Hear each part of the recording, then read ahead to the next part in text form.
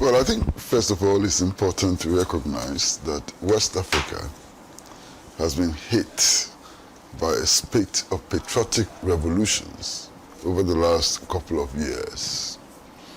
The patriotic revolutions have hit countries like Mali, Burkina Faso, and also Niger. And there's a reason why this fervent is growing. And Alhaji Inusa has touched on some of the most critical issues. One of the most critical issues is the French control of the economies of its former colonies. And this is done through the currency system. You understand? Most of these former French colonies, if not all, use the French franc. Now, for them to be able to do that, they are required to place all of their foreign reserves in the Central Bank of France. The effect of that is that these African countries have had to borrow their own money. They borrow their own money from France and pay interest on their own money which they have borrowed. This is clearly untenable.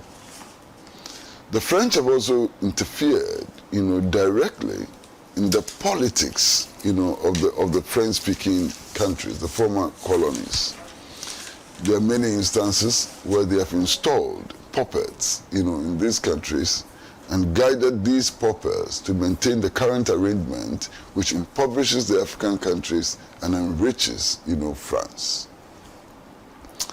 Then there's the policy of assimilation, which Alhaji also spoke about, and which simply says that, yes, we've granted you independence, but we are still very much a part of France. And that policy of assimilation led to a situation where in La Côte d'Ivoire, the first African president after independence, Houphouët-Boigny, while serving as president of La Côte d'Ivoire, was also a member of Parliament of France and a French citizen. And it happened in many other countries and so on. But all of this is enforced through the French military. The French have established military bases across West Africa, which enables them to enforce their will.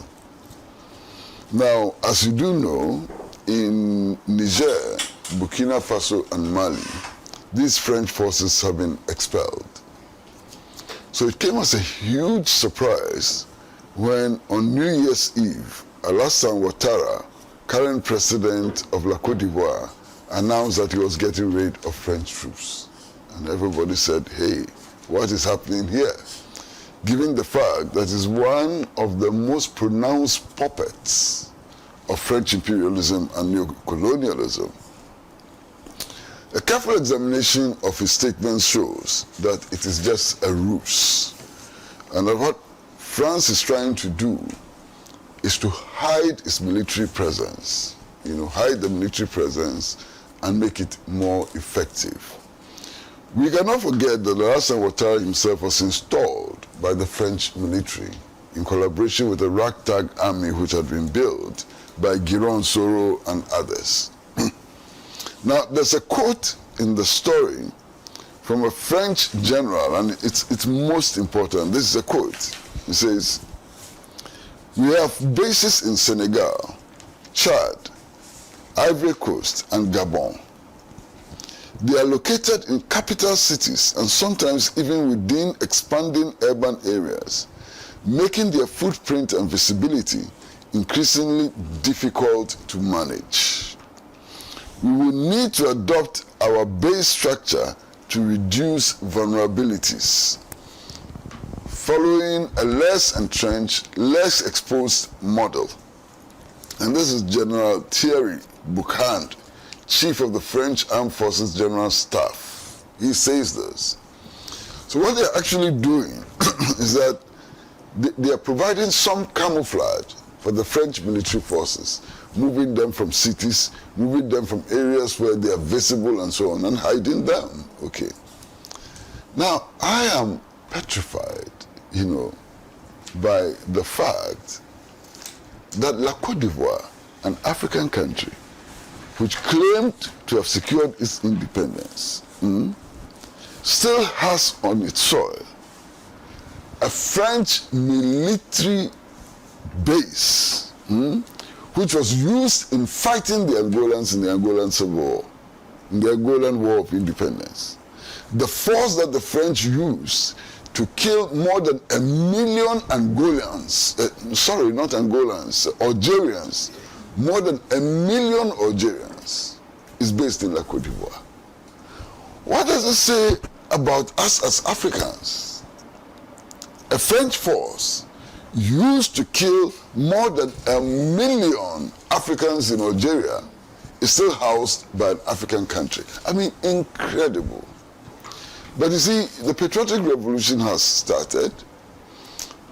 France and its puppets may try to hide what they're doing and so on, but that would not guarantee for them, a continuation of this neo-colonial order. In discussing this matter, it is important also to raise the fact that even in Ghana, which was once led by Osadifo Dr. Kwame Nkrumah, the torchbearer of African liberation and so on, we are hosting U.S. military bases. I mean, it's incredible, Ghana. And I'm waiting anxiously for the day when the new government, headed by President John Dramani Mahama, will make a definite pronouncement on foreign military bases in Ghana. We cannot tolerate it.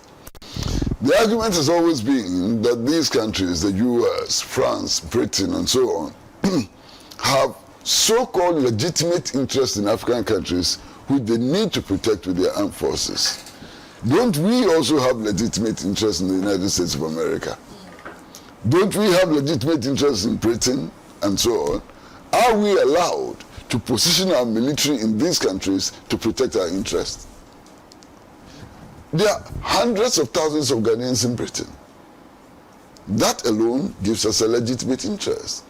We are victims of the exploitation of our resources for the benefit of multinational corporations in these, countries. Don't we have legitimate interest in those countries? So I'm looking forward to the day when the patriotic revolution in Africa will spread throughout the continent and ensure that we remove these military bases and take control, of our natural resources and exploit them for our own benefit. I see that we have listed some statement made by one of these accounting companies, multinational companies, trying to explain the problems in Ghana and Nigeria and so on. When we come down, we'll do a more in-depth analysis of our economic conditions and how we are in this state of poverty and misery because of the continued exploitation of these former, colonial adventurists. You understand? I mean, some people like to refer to them as colonial masters. They are not our masters. They were not our masters. These were buccaneers and adventurers who came to a part of the world and through force of arms seized our territories, seized our mineral wealth, killed us, and took us into slavery. We have a right to resist, and we will resist. And we will build that new Africa, which is free of nuclear bombs. We will build that new Africa which is free of foreign military bases. We will build that new Africa which is free of naked, raw exploitation of our resources for the benefit of others and not our people. Thank you very much.